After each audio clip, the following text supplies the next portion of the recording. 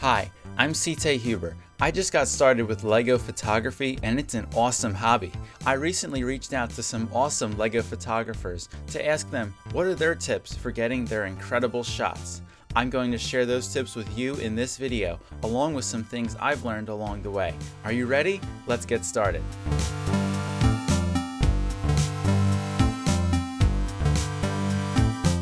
Our first tip comes from Elijah Castillo. You can follow him on Instagram at ElijahCastillo_photos. His pictures are dynamic and have awesome backgrounds and lighting. According to Elijah, the most important things for your photo to be great is the lighting and the setting. I agree wholeheartedly. A bright photo will have more detail, contrast, and texture than a dark one. For example, here is a poorly lit photograph that's too dark to see any detail. And then here is a photo that's much brighter and clearer, and there's a lot more to see. When you put them side by side, you can see how much better it is to have a bright photograph. This next tip is something I figured out on my own. If you're using a manual mode on a camera, you should set the ISO as low as possible. This will reduce noise in the photograph. What is noise? Noise is a static fuzziness all over the image, and it just looks bad. For example, in this photograph, the ISO was set too high. You can see the fuzziness when I zoom in. However, in this photograph, the ISO was set properly, and so there is no fuzziness and static on the picture. The color of your light is also an important factor. Elijah says the lighting can be used to make the photo, make it more interesting. For example, this Batman picture he took, it looks so cool it could be a movie poster. Experiment with different lighting colors and find what you like best. Another technique I learned was to switch a hard light with a soft light. A diffuser can make the light softer and more evenly spread. For example, in this image, you can see that the shadows are very dark and the bright areas are very bright. And then in this image, everything's more even. It's a very subtle change, but it still makes a difference. So remember, bright light, low ISO, experiment with different colors, and try to use soft light. Let's keep going. This next tip is something I found the more I take photos, and it's about the focus of the image. It's very important that the focus is perfect. If it's even a millimeter off, it will be noticeable and it's not going to look good in your images. The best method to achieve perfect focus is to use a manual mode on your camera and to take lots and lots of photos. I'm scrolling here through all these photos I've taken, and they're all in my trash can because they were slightly out of focus. Oftentimes you'll take 50 photos and only use 2 or 3. Most of the time you'll spend in this photographing is just setting up the shot. Taking the photos doesn't take very long. So make sure to take lots of them so you have plenty to choose from. Now, the focus doesn't always need to be in the center front of the photograph.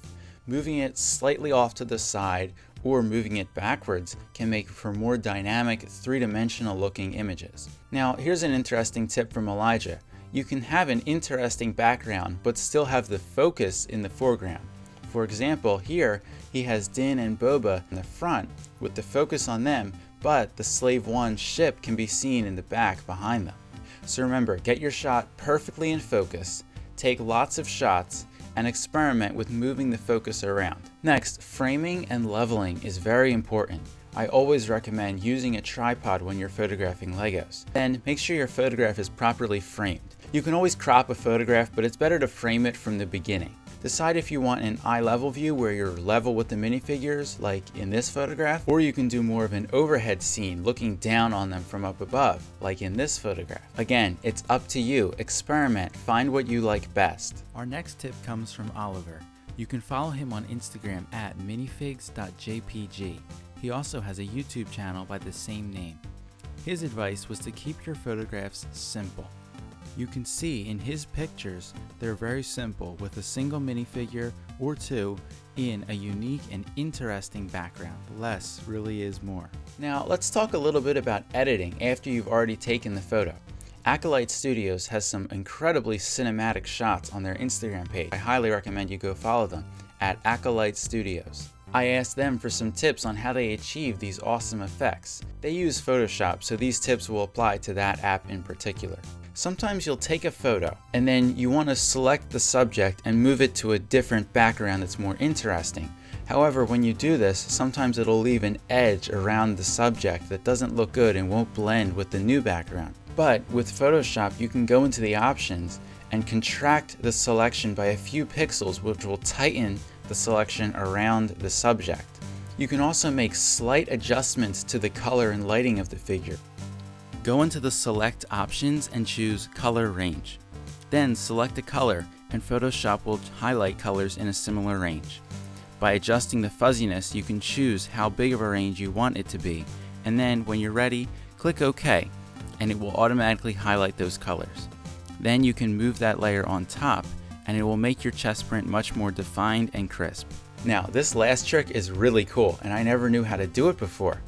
If you put another layer on top of the subject you're working with, and then select the blend option called screen, it will allow the bottom layers to show through that top layer. Then you can adjust the opacity to fine-tune the design. It looks really cool. And then here is the completed shot. And that's it. I hope you were able to learn a lot from this video. A huge thanks to Elijah Castillo, Acolyte Studios, and Oliver for making this video so great and informative. Go follow them on Instagram and like some of their pictures. While you're on Instagram, go ahead and follow me at CTay116. If you like this video or have a question, feel free to leave a comment below. I'd love to interact with you. If you're interested in more tutorials like this, go ahead and hit that subscribe button. I'm CT Huber. Thanks for watching and have a great day. God bless.